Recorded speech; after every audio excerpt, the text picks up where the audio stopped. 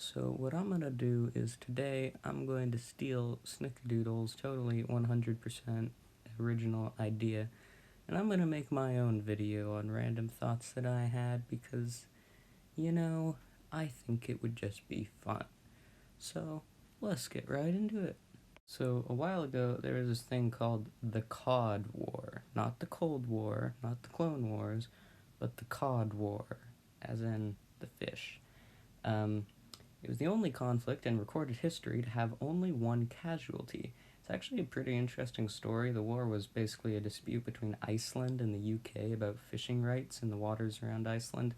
While I was looking this up on Wikipedia, I found out that there was an operation led by the British during these wars, and its name was Operation Fork, which I think is about the best name you could possibly give to a national military campaign. So yeah, that's thought number one. Has it ever occurred to you that there might be an upper limit to human intelligence? Like, there may be some point where our brains just can't get any smarter? Okay, maybe, think about it this way. There's no way you can teach a cat quantum physics, so, is there anything that humans just will not be able to understand no matter how much we try? I don't know, that's kind of a spooky thought. The fact that people don't get to, decide what kind of music they like is interesting too, because, if you really think about it, you don't get to decide what kind of music you like. Because, I'm totally into reggae and, all that stuff. It's super good. I like the jams. But, I can't stand most modern pop. And I don't know why I'm like this. I don't know if I could change it. Maybe I could if I really tried. But that's just kind of what I'm stuck with for the time being. I just think that's another interesting thought. I always wondered how humans decided that dogs and cats are cute. Because, back in the caveman times, they just eat you. So, I wonder when people decided, this thing, I'm gonna put this thing inside of my house and it's gonna be cute and I'm gonna feed it and it's gonna love me, and how that worked instead of just one devouring the other. The spelling of the word island literally is the definition of the word.